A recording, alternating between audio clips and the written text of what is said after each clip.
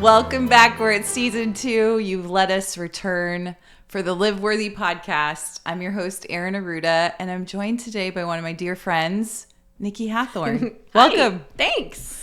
I'm excited to have you. We have had a long time friendship. You're a mom of 3. Mm-hmm. You are an environmental engineer. Mm-hmm. You are a disciple maker. Mm-hmm. You run our blog, so anything coming out on the blog, it touches your hands, your eyes, and you write for us as well. Yes. You're an incredible woman of God. Thank you. I have known you for more than 20 years, I think. It's crazy. Yeah, it is crazy. So tell us about you and how you came. So I want to tell our listeners this actually first. Okay. This is a very similar format to how our friendship runs. Mm-hmm. Actually, we don't sit like at a desk talking, but most of our conversations are done over Voxer. Mm-hmm. And like for the last 15 plus years, mm-hmm. our friendship has been forged, not because we don't live near each other, but because of life and things, all of the things we do, that so much of our conversations have happened through that format. So it's very natural for us to listen to each other's voices. Yeah.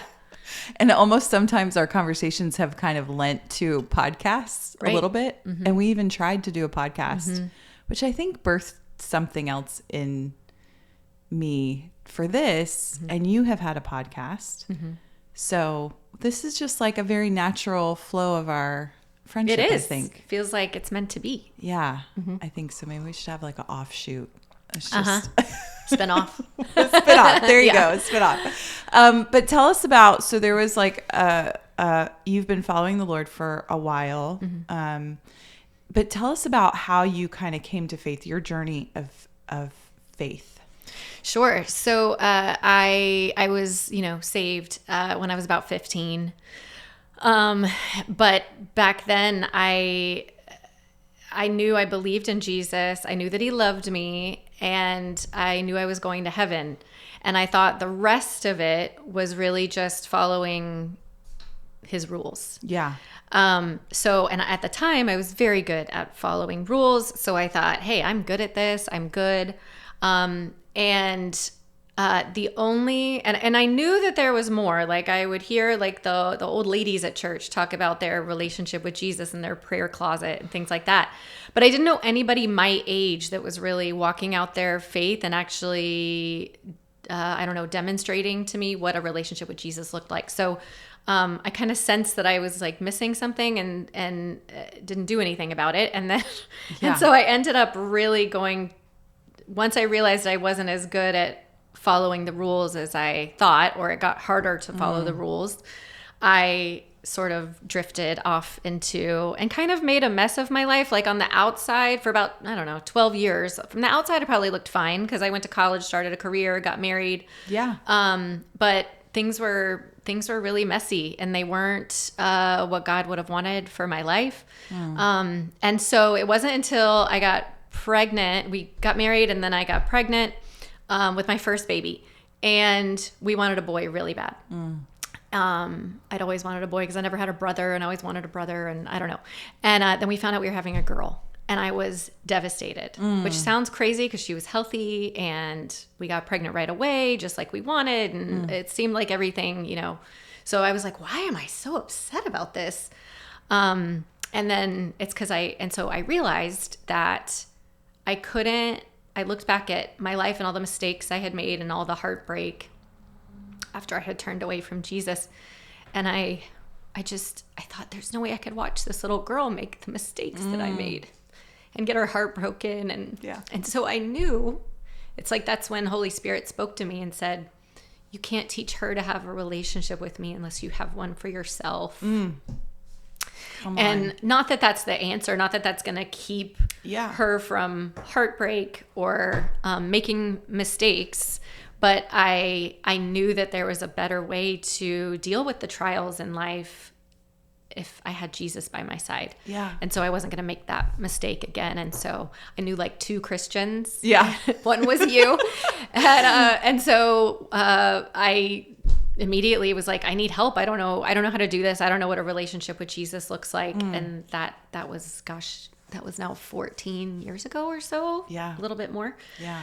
So it's been a journey ever since. It's so crazy. Yeah. Yeah. That was we were sort of leaving at that time, our not leaving, but we were just finding a new way, because I had, had 2 little ones, and I was like coming back to Jesus. And so it was like, I felt very outside of like all of the group things that were happening, because now we had little ones, and we were the first of the friend group.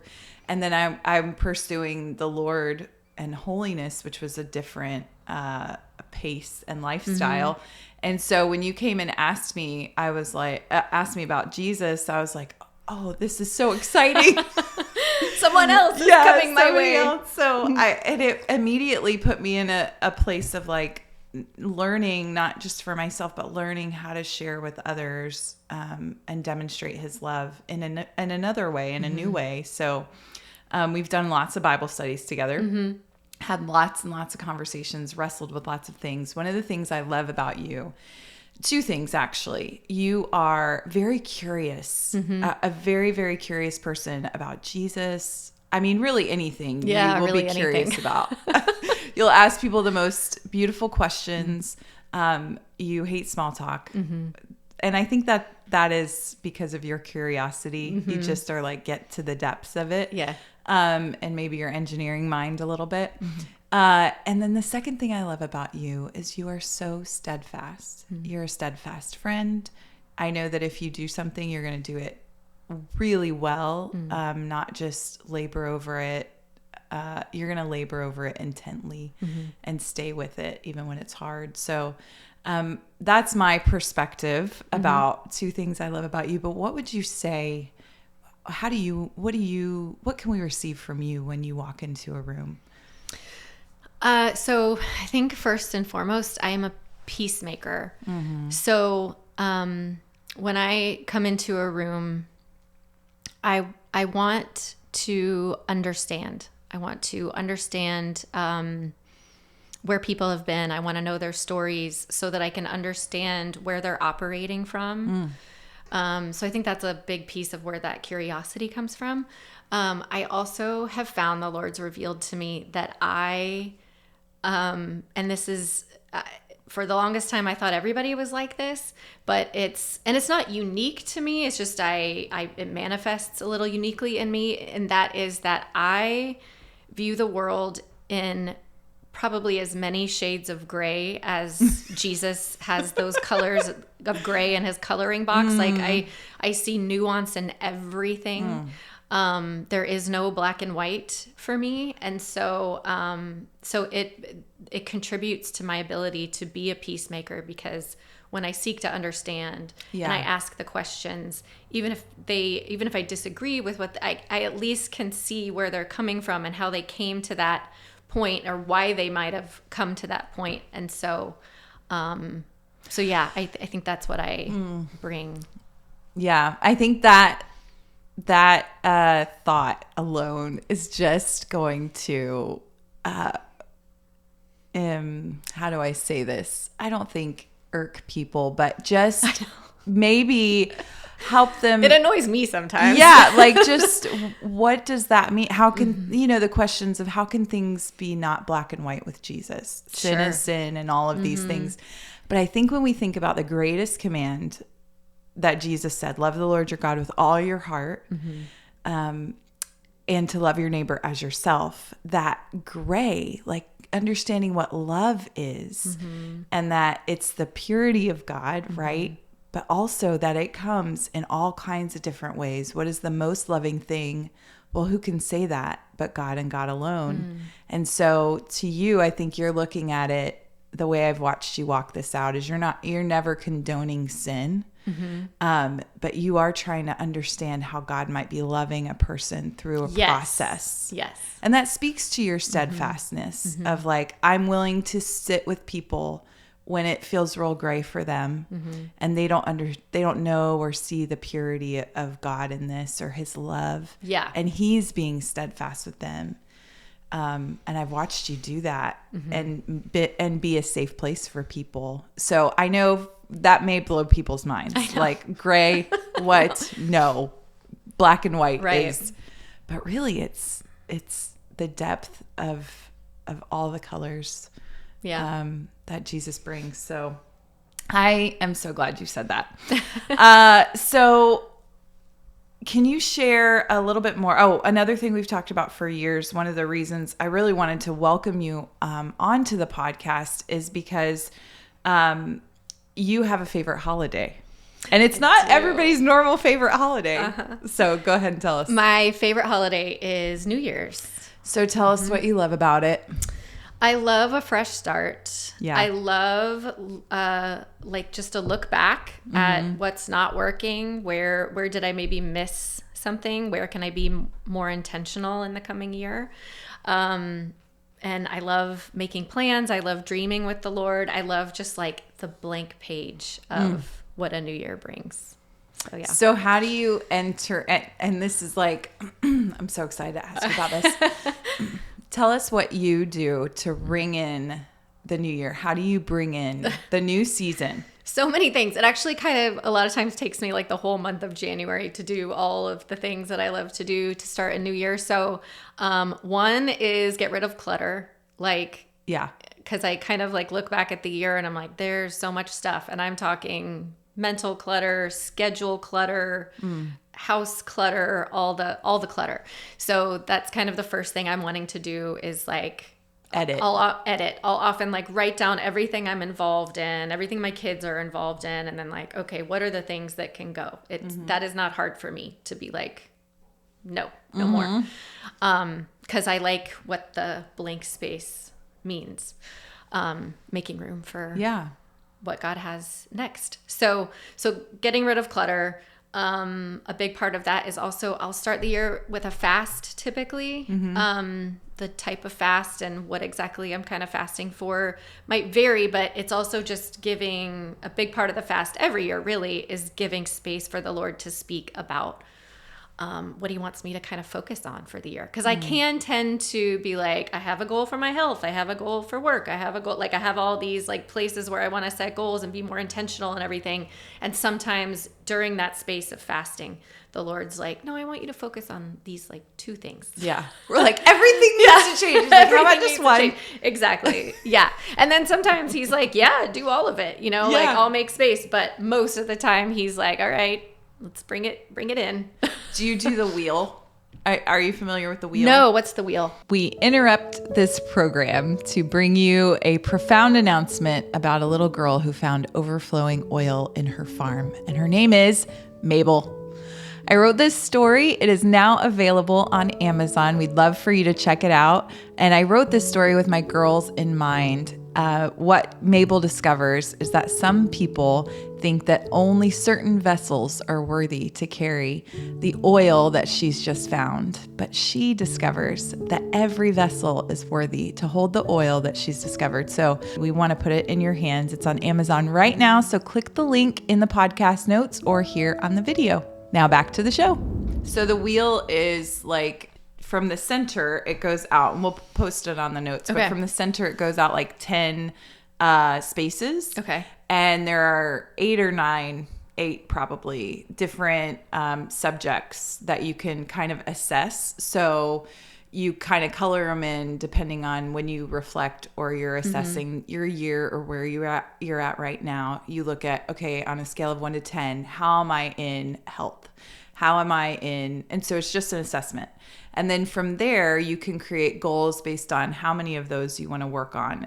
If you're at a 6 in health and you're like, I'd like to bring it up to an 8. Oh, okay. Then you can that sounds fun. Make goals. Yeah, it is. We've done it for the last few years. Yeah. It's a really cool thing. And the idea is that you it's difficult to, if you're at a 4 in health and you're like, my goal is to be at an 8. Well, I probably can't take too many other subjects on. Yeah. Because I'm going to just try to really bring this up, or finances, or, one of them's community, it's family and relationships. So it's all these different areas of your life that you can kind of assess. I was just wondering if. No, I've never heard of that. That sounds great. How have we not talked about this? I don't know. Well, here we are now. So you do editing, you do a time of fasting. Are you fasting right now? I'm starting like tomorrow. Oh, okay. Yeah, because I am going back to work today. Yeah. And I've been resting. My company gives us what they call a week of rest, which this year was a little bit more than a week, which was amazing. And we didn't take a trip or anything. So I'm coming off this rest, and then I will begin. That's exciting. Fast, do you always do the same fast, or? No, I think I started with a Daniel fast years ago. That was really hard. Yeah. I really like meat. Yeah. So the Daniel fast was hard, but some years it's been just social media. Sometimes it's been social media and podcasting because podcasts because I listen to a lot of podcasts like while I do laundry and dishes and pretty much every waking moment. If I'm not like talking to someone, I'm listening to a podcast because I have the curiosity, the insatiable need for information, and so sometimes I can drown out the noises, or not the noises, the voices that I need to hear, which is Holy Spirit. And so if I'm fasting podcasts, it's to give space for him to speak more. Yeah. Perfect. Yeah. So, okay. And anything else that you kind of do to bring in the new year? I mean, this year, my friend, I had a group that we kind of did this together. And she brought us a plate, and we wrote 2025 on it. And we like wrote all these words, things that we wanted to leave behind in 2025. And then we smashed the plate. So that was really fun. I took a picture of the plate so that I could remember all the things so that I don't bring them into the new year. So that's a great idea. idea. Yeah, we kind of changed it up a little bit. Yeah. Yeah. I love that. So in Mark 1:15, Jesus talks about the kingdom being at hand. And I think that is so much of our desire for change is anchored in these desires of our heart. And Jesus is telling us in the book of Mark, he's saying it's right there. It's accessible. It's available. And so part of what we want to talk about is God's kingdom being built in us. So what does that look like for you to kind of make room for God's kingdom to be built in you? Yeah, I think that's what all this is, all these practices, all these disciplines. I think that's what it is it's making room. I think we have a desire in our walk with the Lord to always be growing and advancing the kingdom. And so I think that's another thing that excites me about a new year is the chance to get with the Lord and say, where do you want me to grow? I don't want to be the same this time next year as I am right now. I want to see the growth. I want to know that I'm stronger in you and that the kingdom is advancing in me. Yeah. So that there's more. Yeah. I think that's what drives it. Even if we can't articulate that, I think that's where that comes from. So is there any place where, as we're making room, what is the, maybe the temptation to feel like we've failed in the kingdom advancing in us? Have you ever felt that temptation? All the time. To feel like we've all the time. When you look back at a year, or do you mostly feel like, I'm better or different? I made room. What would you say in your assessment of the years? Okay, so I am not someone who ever sits in like shame for very long. So maybe that's why this is like fun and easy to me, because I don't mind looking back and being like, yep, messed that up. Yeah. And because his mercies are new every day. His mercies are new every year. So I kind of like that, being like the toddler that's learning to walk. I kind of like him picking me back up and being like, we'll try again. So I think there's I feel God's grace in that when I look back and see the places that it feels like I failed or didn't advance. Yeah. Yeah. That's a very childlike way. And to say, I mean, I think that comment also will astound people. Like you don't often feel shame. I know I've said that in rooms before and they're like, what is that like? Why do you think that is? Because I don't like it. It doesn't feel good. Yeah. So I'm quick to bring it to the Lord and say like, I don't know. Yeah. I'm quick to give that to him and let him just hug me. Because that's what I would do for my kids. if they were like, Mom, I messed this up, I'm like, okay, well, let's look at it. Let's fix it. And you're good. And you're okay. On your way. Yeah. That breeds in you. I've noticed as a friend, you really have no comparison itch. It seems to me like you are, and you also, I've learned so much about friendship from you because you really let people stand on their own, and you love and honor what they bring in their unique abilities, and it never steals from what you bring. And that is such a mature, a maturing, I think, of who you are as a person. Not that you weren't that way before. I don't know a time that you weren't that way, but such a confidence in you about who you are, what you bring, what you don't bring. So then you're looking for who brings that and how, and maybe I want to grow in that way, but I'm not going to try to manage it myself. I'm going to look for the person who walks in that and learn from them. It's such a humility that I've learned by how you walk in friendship. And so I see that you being that way to your friends as well. One of the best conversations that we've had was this time that you were learning all about, seasons. Yeah. You were learning about seasons and what they bring and how we move in seasons in our lives and all of that. So would you give us a snippet about, because you gave one of the best teachings I ever heard about seasons. Will you talk a little bit about that? Well, first of all, I stole that teaching kind of from several podcasts and some books that I read. So, but yeah, and I wanted to teach it because it's pretty mind blowing. So it's really just a teaching about how, of course, in our walk with the Lord, we talk about the different seasons that this is a season and the season I'm in. And so the teaching was really about how the natural seasons that we see, so winter, spring, summer, fall, how there's a correlation or a metaphor to the spiritual season that we're in. So so quickly, I'll kind of go through the four seasons. So in a winter, a spiritual winter, that might be a time, it's not everybody's favorite. It can be kind of the time of like the death of a dream or a relationship that affects like a lot of your life, but it's also it's a time of deep intimacy with the Lord, of kind of hibernating and taking a step back. And so there can be some really beautiful things that happen there. Sorry. And then in a spring, that's a time of where maybe things are being resurrected. Maybe a dream is being resurrected. There's in different places, there's like little buds coming out of the earth. Like there's new beginnings, and you're starting to see like, you're sort of starting to like wake up and be excited again about what the Lord has for you. And then summer's a time of just abundance and celebration and community and fellowship and productivity. And then fall is typically the harvest, but also when you start to sense transition.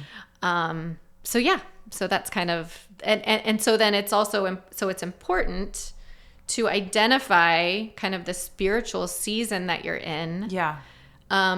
Because it kind of changes the questions that you're asking God, the